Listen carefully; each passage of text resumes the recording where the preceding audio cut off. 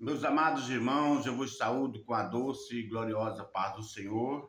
Graças a Deus que nos dá vitória por nosso Senhor e Salvador Jesus Cristo. Nós estamos fazendo agora a pré-aula, vamos fazer a pré-aula da última lição, de número 13, que traz por título A Figueira que Secou.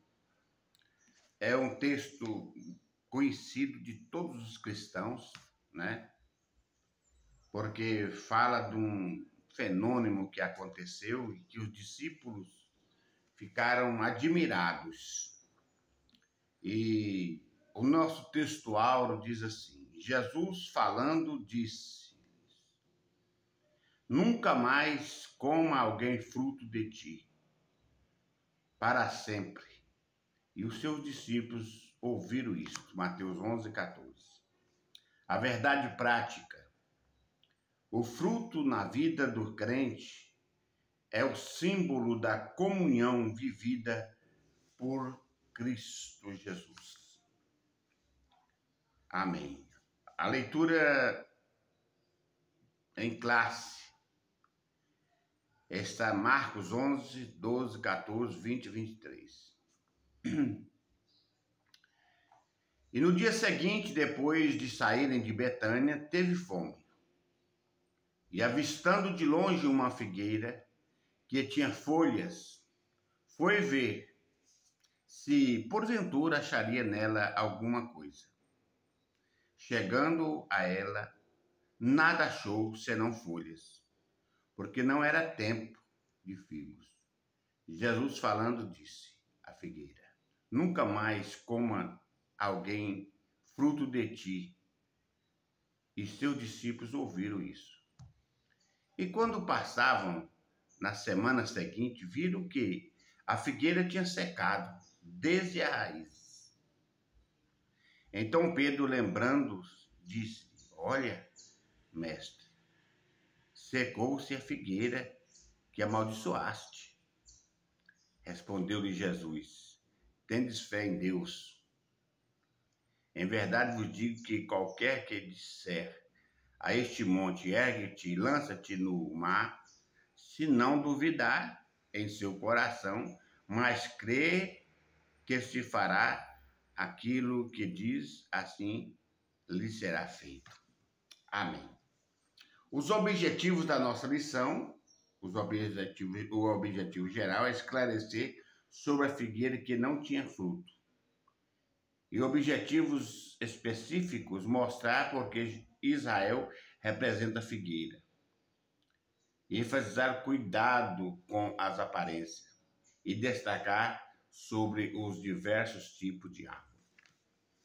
Meus amados irmãos, esse texto bíblico, essa história que nós vamos contar, né? Esse acontecimento traz a nós também uma preocupação, porque assim como a figueira representa a nação de Israel e que ela não tinha frutos, ela também pode representar a minha vida, a sua vida.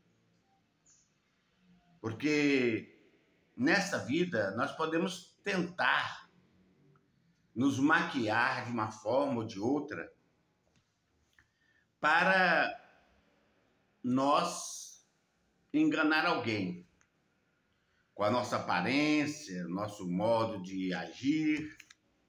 Alguém olhar em nós e pensar: puxa vida, aquele homem é um homem de Deus, aquela mulher é uma mulher de Deus. Mas, interiormente, às vezes nós não estamos correspondendo, refletindo o que está no exterior. Essa deve ser a nossa preocupação como cristãos.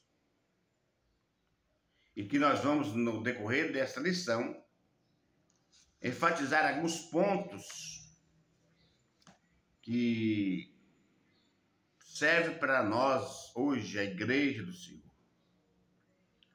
Nós sabemos que Jesus, após ter entrado em Jerusalém, a primeira coisa ele purificou o templo,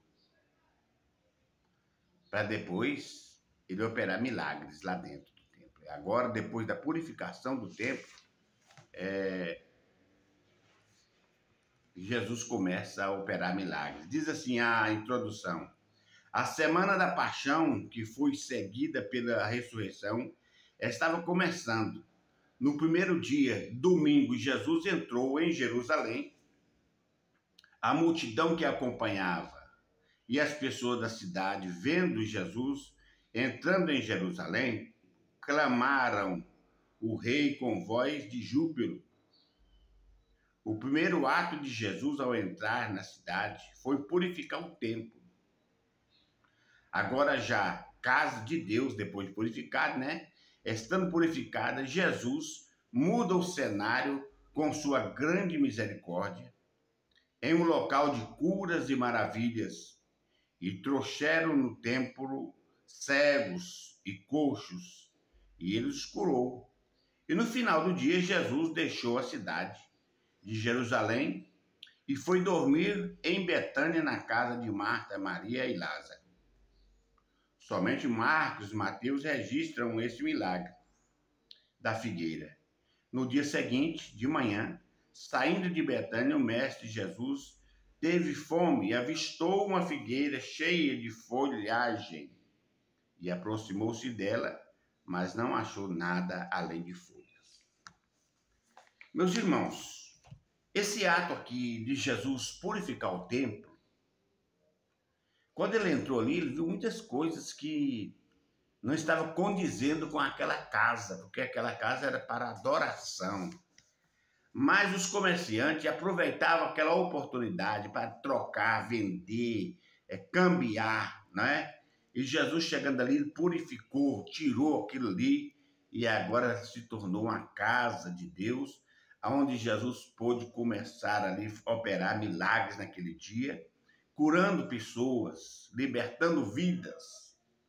Isso nos dá uma lição que nós só podemos realizar a obra de Deus quando nós nos limpamos de algo que atrapalha a presença de Deus na nossa vida. Porque com a nossa casa cheia de pecado, lascívia, prostituição, adultério, fornicação, essas coisas jamais o Senhor poderá operar. E às vezes nós ficamos preocupados, mas por que está acontecendo isso? É exatamente uma falta de limpeza na nossa vida, uma falta de purificação.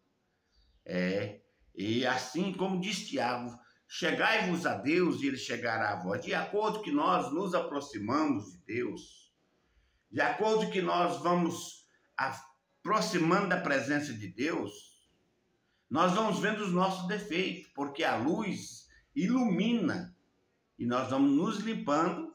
Aí Deus chega a nós com seus milagres, com seu poder, com suas maravilhas. Então, o primeiro passo para que tenhamos uma vida cheia de milagres, cheia de realizações, da presença de Deus, é purificar, limpar as impurezas do templo. Mas que templo é esse? Eu estou falando que, espiritualizando, nós somos o templo de Deus, a Bíblia diz, né? E o Espírito Santo habita em nós. Se nós estivermos sujos, é lógico que o Espírito Santo não está dentro desse templo, porque ele é santo. E às vezes, quantas pessoas que já perderam a companhia do Espírito Santo por imundícies, por sujeiras na sua vida, e agora os milagres não podem acontecer porque está faltando o operador de milagres. O item 1, Israel representa a figueira. A simbologia da figueira representa a triste condição espiritual da nação de Israel. A figueira, entre todas as árvores, foi utilizada no Antigo Testamento, simbolizando a nação de Israel, Jeremias 24:3 e Oséias 9:10. Os primeiros frutos que amadurecem nos rebentos do ano anterior não somente são tenros, mas bastante incomum. Isaías 24:4. Essa figura de linguagem salienta o quão excepcional e agradável foi o relacionamento da aliança inicial com Israel. Jesus realiza a purificação do templo logo na sua chegada a Jerusalém e amaldiçoa a figueira no dia seguinte. Meus irmãos, aqui o início do relacionamento de Deus com Israel, vocês sabem que o amor de Deus para com Israel é grande, de tirar eles lá do Egito, guiá-los, né? Promessas feitas a Abraão. E Deus tinha Israel como uma coisa preciosa. Mas a Bíblia diz que de pouco a pouco Israel foi afugentando da presença de Deus. E com a consequência do distanciamento, Israel foi sofrendo na mão dos seus inimigos. Veja bem que Deus entregou todas as terras para Israel e diz: ó, vocês tira tudo daí, não deixa ninguém misturar com vocês. Mas Israel foi deixando um grupinho aqui, outro grupinho ali, e aquele povo foi crescendo e foi tirando, foi expulsando. Hoje Israel tem um país, ele ficou sem pátria por muito tempo, né? Mas a Bíblia diz que o remanescente, né, fica. Hoje tem um país que representa o tamanho do Sergipe, mais ou menos, pequeno. Mas eles estão ali. Eles poderiam ser dono de tudo aquilo. Mas eles distanciaram de Deus. Então a primeira aliança, a primeira aproximação de Deus com Israel foi uma aproximação de amor, de fraternidade. Deus tinha Israel no centro do seu amor, mas Israel afugentou. Então, essa ilustração aqui da figueira, inicialmente fala da primeira aproximação de Deus com Israel, né? E você vê que agora, na chegada a Jerusalém, Jesus agora amaldiçoa a figueira. Quem é a figueira? Nós falamos aqui, a figueira representa Israel, né? É difícil a gente amaldiçoar uma coisa que a gente ama, mas tem momentos como Deus precisa, né? Uma palavra dita com juízo. 1 e 2. Jesus amaldiçoa esta árvore por causa da sua aparência enganosa, não tendo fruto, exatamente do mesmo modo como julgará o templo e pedirá a sua destruição. E pedirá a tua destruição. Isso indicará que a reconstrução do templo não seria mais um alvo da história da redenção. Jeremias usou o capítulo 17 como um símbolo do juízo sobre Judá. A comparação com Israel, com muitos privilégios e grandes oportunidades, Israel exatamente sem fruto, como uma árvore, é internamente corrupto como o templo. Então o templo e a figueira, tudo, ela está demonstrando a Israel. O templo sujo, o templo misturado, Deus purificou, é exatamente as coisas que foram chegando na vida do povo de Deus e foram fazendo eles afastarem de Deus. Veja que Deus silenciou 400 anos com Israel, o período conhecido como interbíblico, né? De Malaquias até o início do Novo Testamento houve um silêncio. Houve um silêncio. Deus não falava por nada. O povo ia por templo, Deus não falava. O povo fazia tudo, Deus não falava. Gente, coisa terrível é quando Deus silencia conosco. A gente fica caçando, Deus fala, onde está Deus? Deus fala e Deus está calado. Sabe por quê? Porque muitas vezes nós somos teimosos. Muitas vezes nós somos desobedientes. Deus vai indo, Deus cansa com a gente, não é? como Deus fez com a nação de Israel, silenciou. Mas um dia Deus usou de misericórdia, né, para com Israel e anunciou, né, cumpriu, quer dizer, o anúncio do profeta Isaías, que ele profetizou lá atrás, que a virgem daria à luz um filho, seu nome seria maravilhoso, conselheiro, Deus forte, Pai da eternidade, príncipe da paz. E aí agora nós vemos cumprindo essa promessa, Deus quebrando o silêncio. E quando Deus quebra o silêncio é porque tem algo para falar conosco. Aleluia. Será que Deus está silenciado contigo, meu irmão? Será que Deus está em silêncio contigo, minha irmã? Se está, preocupa com essa situação. Vai para os pés de Jesus e diz: Senhor, quebra o silêncio. Senhor, eu preciso ouvir a sua voz. Aleluia. Meus irmãos, é tão maravilhoso ouvir a voz de Deus. Glória a Jesus. Deus fala conosco, não é apenas só lá na igreja quando Deus usa um profeta. Não. Deus fala conosco nós sozinhos, cantando o hino, lendo a palavra, orando. A gente sente a presença, como eu estou sentindo ela aqui neste momento. Aleluia. Isso é sinal que o Espírito Santo está junto com a gente. Porque aqui é a palavra dele que nós estamos dizendo. E quando nós falamos a palavra de alguém poderoso, a gente sente o impacto da sua palavra. Aleluia. Por exemplo, se hoje o Trump mandar um recado para o Brasil, alguém vai ficar de orelha em pé, porque ele é uma potência mundial. E quando Deus fala, nós precisamos sentir Deus. Aleluia. Glória a Jesus. Eu estava na Santa Ceia, e quando eu chegava que orava, eu sentia Deus. Eu sentia Deus, porque quando a gente vai à igreja, irmãos, cada um de nós somos os responsáveis pelo culto daquela noite.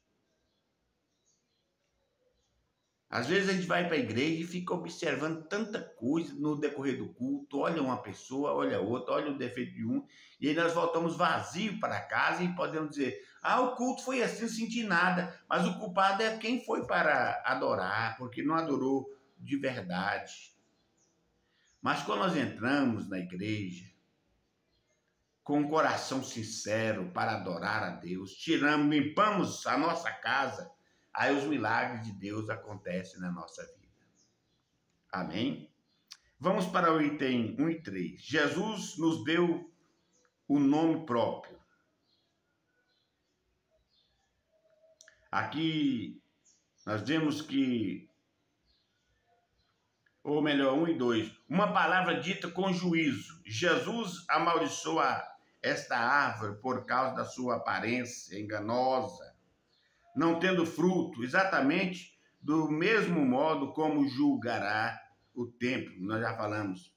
Então, aparência, viver de aparência. Eu ir para a igreja bem vestido, arrumadinho, penteadinho, e ali, às vezes eu estou ali pensando, mas o irmão tá, mas dentro de mim está corroendo a mágoa, o ódio, não é? Algo que o Espírito Santo não agrada. Eu não consigo liberar um perdão. Eu olho para o irmão, eu repugno daquele irmão. Então, às vezes é por isso que vem a palavra de juízo na nossa vida. É por isso que vem, às vezes, as consequências. A Bíblia diz que a maldição, a consequência, não virá sem causa. E a Bíblia diz: de que se queixa o homem vivente? Por que ele anda queixando? Queixa cada um dos seus próprios pecados. O pecado da irmã fulana não vai me atingir. O pecado do irmão ciclano não vai me atingir, mas os meus pecados. vai refletir entre mim e Deus e eu perder a comunhão com Ele. Jesus nos deu um nome próprio, João 15:16.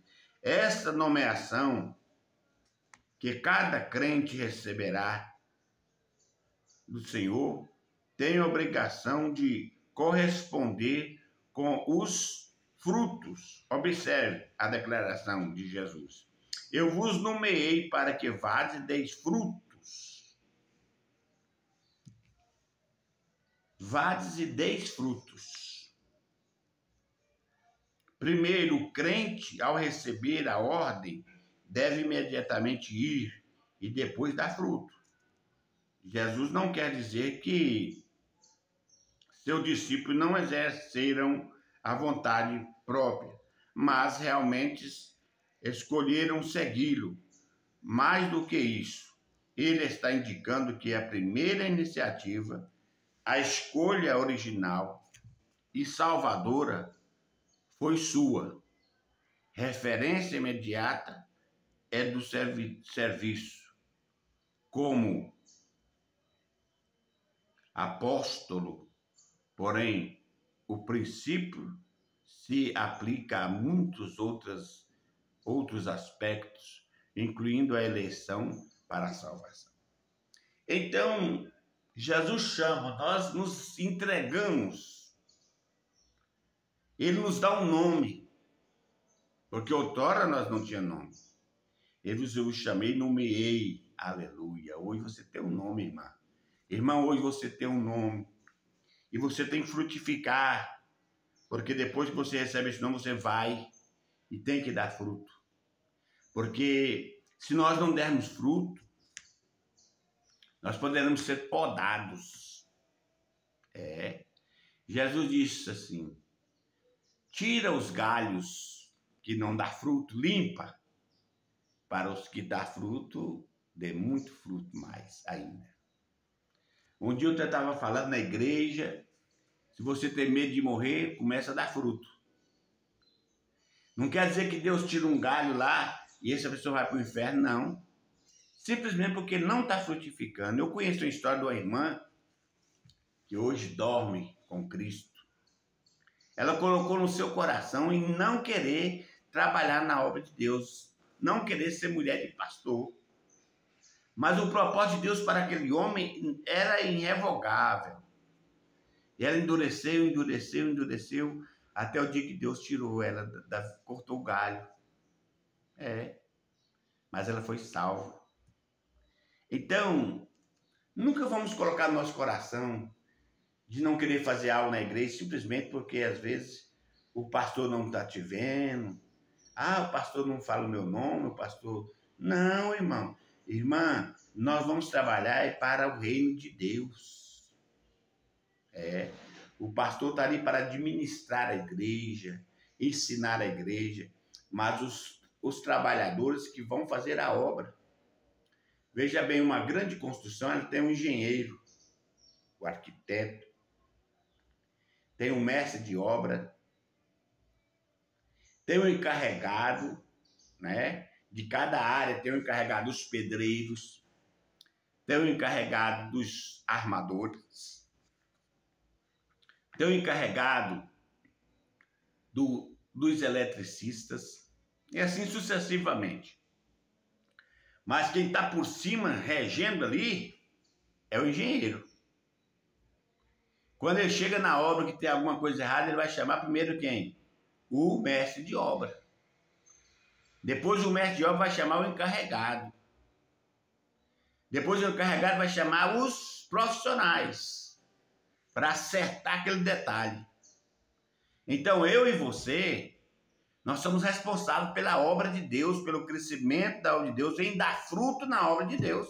Seja qual for a sua posição da hierarquia da igreja, não importa.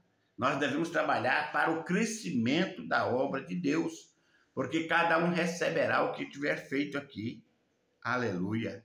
Então, não precisa eu querer tomar o lugar do irmão e nem o irmão tomar o meu lugar, porque cada um de nós temos o nosso papel específico na obra de Deus. Só que Jesus disse, vai e dê frutos.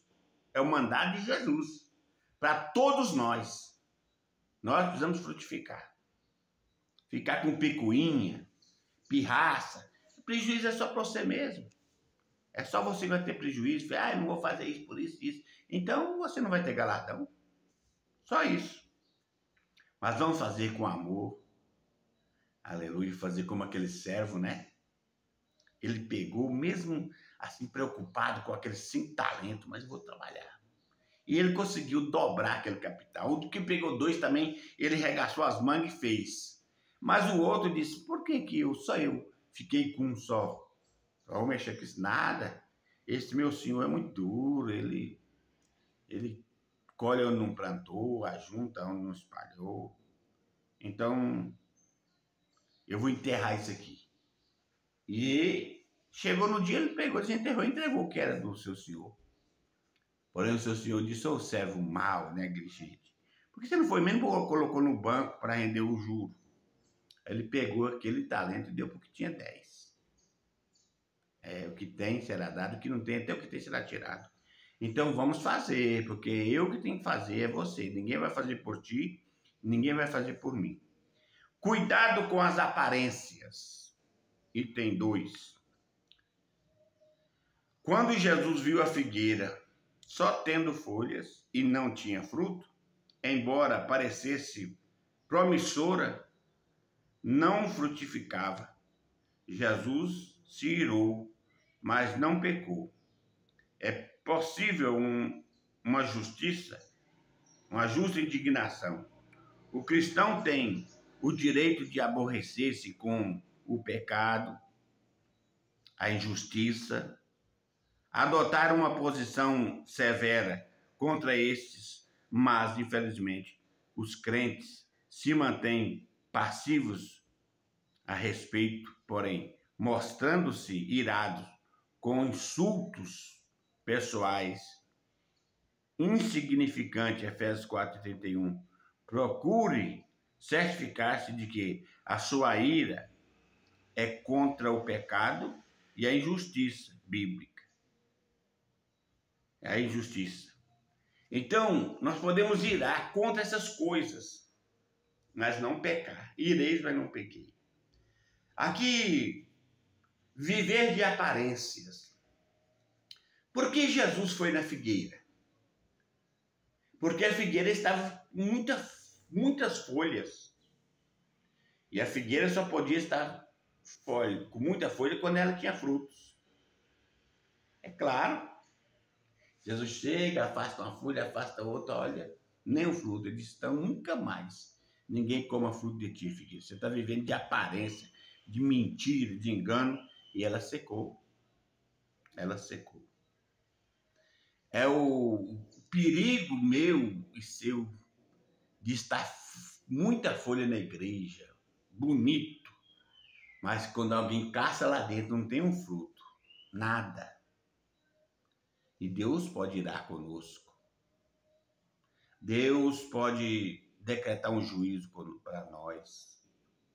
Então, irmãos, minha irmã, meu irmão, vamos tirar um pouco das aparências. Vamos viver a realidade, não é? Vamos viver a realidade da nossa vida. Não vamos querer nos apresentar. Às vezes nós vamos num evento, sacrificamos sem dinheiro, compramos uma roupa bonita. Não, eu tenho que mostrar que eu... Não, irmão, vai simplesmente com o que você pode. Mas cultive algo que ninguém pode ver no exterior seu. Algo que está lá dentro. Quando você abrir a boca, toda a igreja sentir Deus na sua vida. Aleluia. Eu sou muito observador. Eu vou para a igreja. Eu fico olhando as pessoas que vão apresentar a Deus. Tem gente que chega ali tão acanhados, não é? Mas quando ele canta o hino, às vezes ele fala palavra trocada, palavra errada, mas tem algo diferente naquela pessoa que enche a gente tem que gritar glória a Deus, aleluia, levantar a mão, porque aquela pessoa não está vivendo só de folha, ela está vivendo de frutos. Você vai num congresso, você vê muitas pessoas apresentam, mas tem as pessoas que ficam na memória. Todo mundo diz, você viu como é que aquela menina cantou bem? Viu como é que aquela irmã cantou? Viu como é que quando ela cantou a igreja alegrou? Irmão, a nossa preocupação é essa. Não é simplesmente de ter um nome no cartaz, não. E quantas vezes já tive meu nome no cartaz, pregação, né? É bom ser reconhecido, ter oportunidade. Às vezes Deus nos deu um talento e nós vamos exercitar ele. Mas se amanhã o nome meu não está lá, está do outro, eu vou orar, Senhor. Abençoa meu irmão, como eu estou orando já para o Congresso das Irmãs, Senhor. Usa os pregadores, usa os cantores. Nós queremos frutos, nós queremos presença de Deus. Então vamos nos preocupar. Nós vamos nos apresentar diante de uma multidão e tem muita gente que tem o discernimento do Espírito Santo, viu? E nós não vamos conseguir enganar todo mundo, não. Nunca vamos conseguir. Deus sempre tem as pessoas que Ele revela na sua obra para nós não poder enganar as pessoas. Então vamos descer a fonte, como Rebeca fez, encher o cântaro, depois nós vamos subir para apresentar. Propaganda enganosa. Nós vemos aqui, cuidado com as aparências, propaganda enganosa, é o que nós estamos falando. Propaganda enganosa, irmão, é aquilo que você está apresentando que não é verdade. É igual aquele povo que passa naqueles carrinhos velhos de som aí, um microfone velho todo babado. Isso aqui é o produto castanha da Índia, não sei o que, isso que cura isso, cura aquilo, cura aquilo. Quando ele falou todas as doenças, eu falei, então quem comprar um remédio desse aí nunca precisa mais ir no hospital. Mas aquilo não cura nada, irmãos. Aquilo não cura nada. É propaganda mentirosa. Mentirosa. Como apareceu um nome aqui um tempo, todo mundo plantou nono nos quintal. Gente, isso é um remédio santo. Hoje quem fala em nono, ninguém fala em nono. Cura nada. Apareceu as pulseiras uma vez, todo mundo de pulseira. Nossa, quando eu ponho essa pulseira, as dores do corpo saem tudo. Cadê? Não tem ninguém de pulseira. Então, propaganda, né? Até estava conversando com o pastor William e um outro irmão lá na igreja, depois terminou a reunião, a Santa Ceia, e falando exatamente de propagandas de produtos, né? Conversando com ele, o pastor Aldair, sobre máquinas de solda. A pessoa faz uma solda lá, qualquer pessoa chega e solda. Mentira, quando você pega a máquina, a realidade é outra coisa. Então tem muita gente que vende propagandas enganosas. E muitos vão nessas propagandas. Essa história nos traz um exemplo. O perigo de estarmos dentro da igreja e muitas vezes não estarmos frutificando.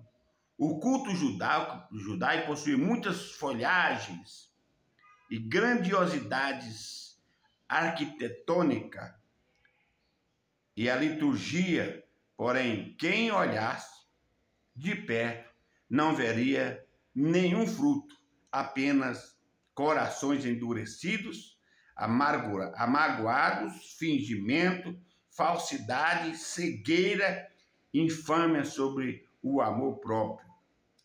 Meus irmãos, olha o perigo. Isso hoje acontece entre nós.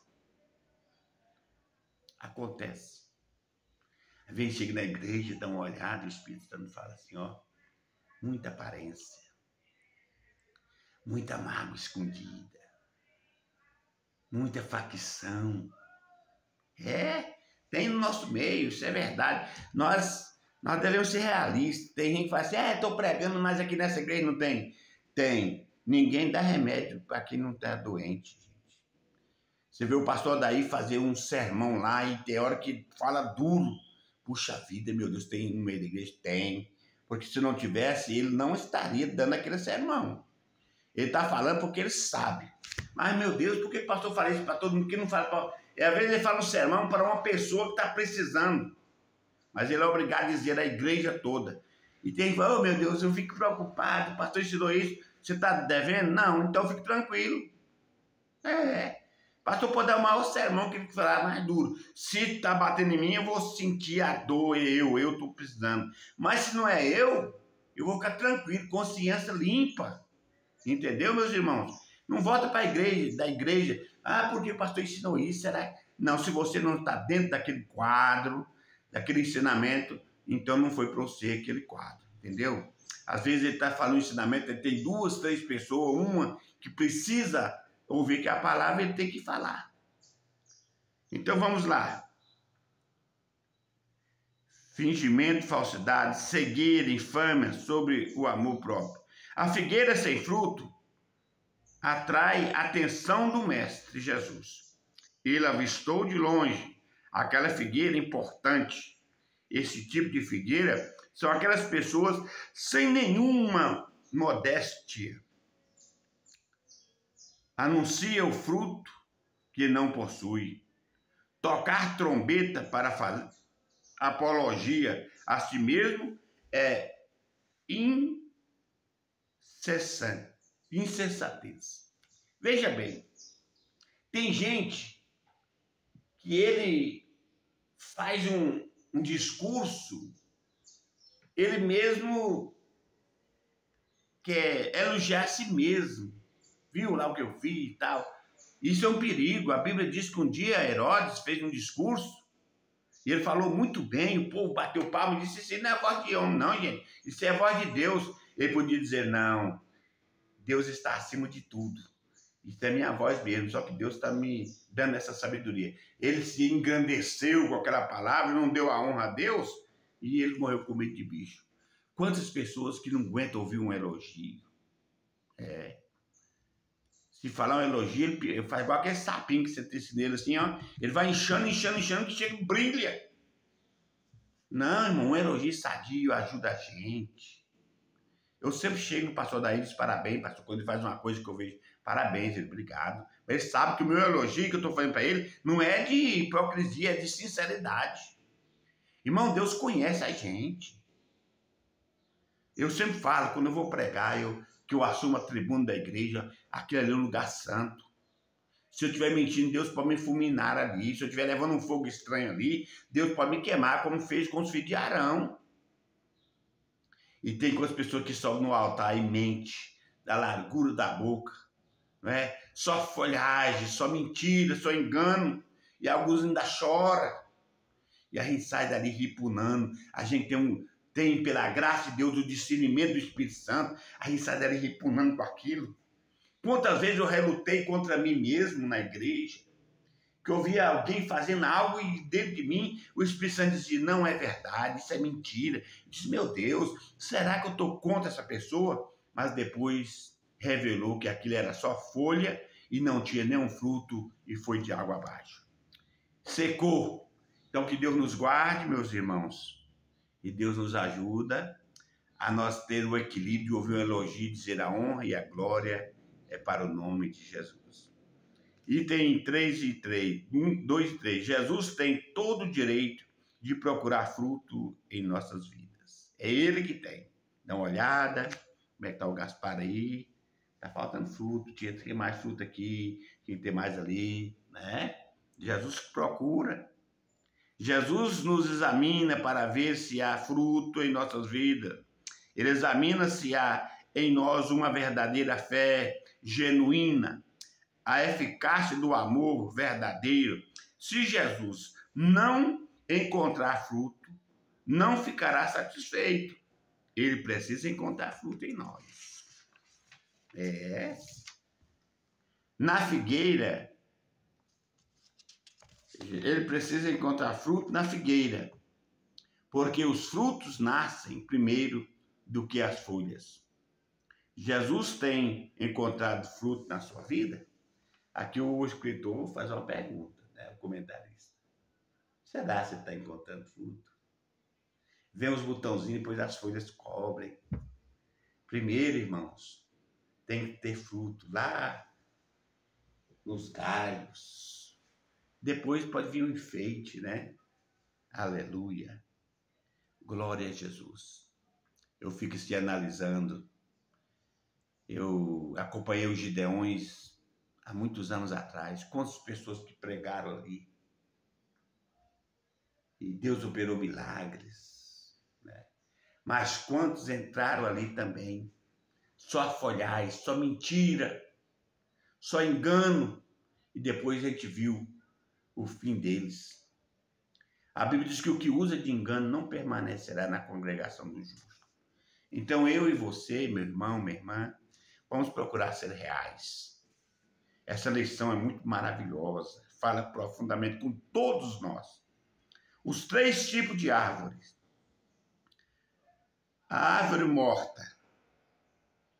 Crente que leva a vida sem uma expressão espiritual pode ser comparada como a árvore seca ou morta. São pessoas apáticas, sem compromisso, indiferentes, frequentam mais os cultos de domingo, não gostam dos cultos de oração e doutrina, pois já estão secos, desprovidos da graça de Deus. Se olharmos para os seus tipos de crente, esse tipo de crente, não encontramos neles prazer em estar na casa de Deus, nem entusiasmo com a obra do Senhor. Então, no meio dos adoradores, estão no meio dos adoradores, mas não sabem, porque ainda são crentes. Tem crente que não expressa nenhuma virtude espiritual. Eis que são como a árvore seca. É muito fácil identificar a árvore morta na igreja. Nada que faz na igreja serve para ele. Ele não alegra com nada. Se o pastor faz uma reforma, ele nem tinha. Eu cheguei na igreja porque até uns meses que eu fiz uma cirurgia, não estou conseguindo andar muito assim para a igreja, mas eu estive na igreja e fui observar os detalhes da igreja, né? As coisas que o pastor fez. O pastor é muito cuidadoso com o patrimônio da igreja. Ele diz: parabéns, pastor. Ele diz: obrigado. Com sinceridade. Porque quando a casa nossa está bonita, a gente fica feliz, a casa é nossa, gente. Não é? A gente tem que cuidar. Então, nada faz ele alegrar. Não tem culto bom, não tem hino bom, não tem músico bom, não tem professor, nada. Ele é morto, é uma árvore morta. Então, tenhamos cuidado para nós não estarmos ladeados com essas pessoas que podem nos atingir, né? Os fungos dessa madeira morta poderão nos atingir. Então, vamos aqui à segunda árvore. A árvore frutífera. Jesus classificou a árvore infrutífera. A segunda é a árvore infrutífera. Jesus classificou a árvore infrutífera de árvore má. Essa árvore ocupa um espaço no dono da vinha, sem nenhum propósito de dar fruto. Apenas está usufruindo dos benefícios que o agricultor lhe disponibiliza, mas não produz fruto. Esses crentes são aqueles que vivem só de carona, anda às costas dos demais, não dizimam, não dão ofertas, ainda são mais exigentes do que aqueles que contribuem. O apóstolo Pedro nomeou esse tipo de crente como fonte sem água.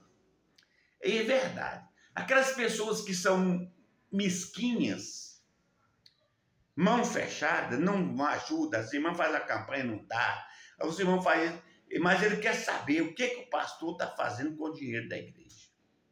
Ele está ali esbilhotando. O que o pastor comprou? O que o pastor está fazendo com o dízimo?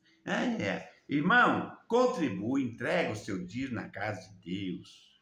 Não seja uma árvore frutífera. Não. Não seja uma árvore que está ali só para sugar, né, o adubo que é jogado no pé das demais. Não faça isso. Essa árvore frutífera,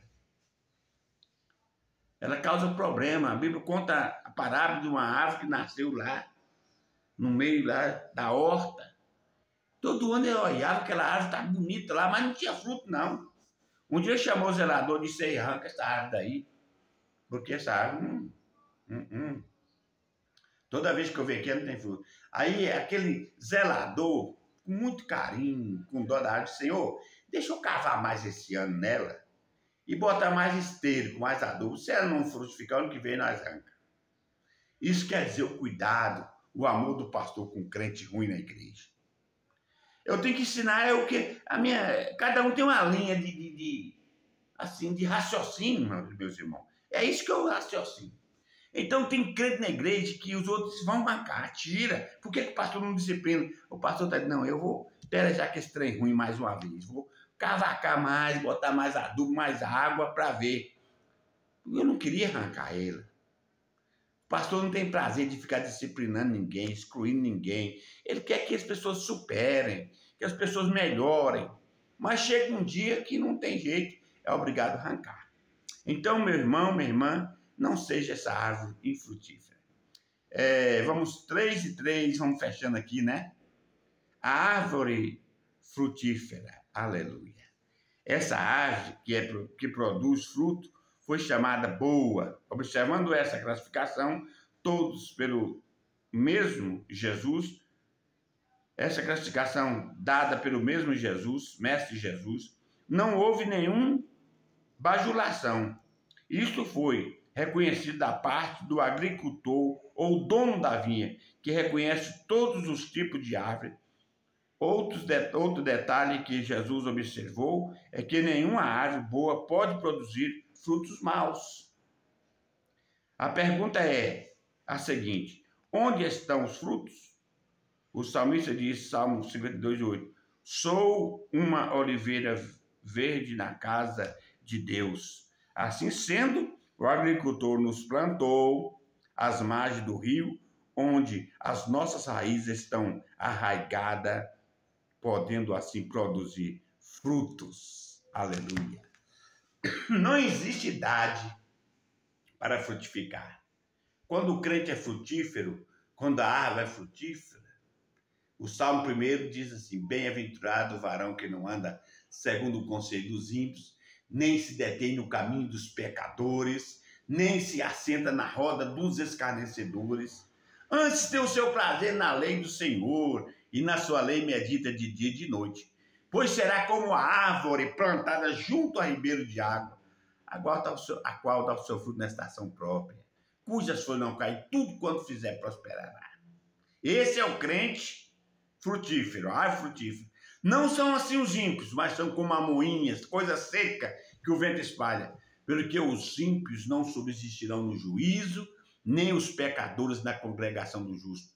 Porque o Senhor conhece o caminho do justo, mas o caminho dos ímpios perecerá. Meu irmão, minha irmã, vamos ser frutíferos.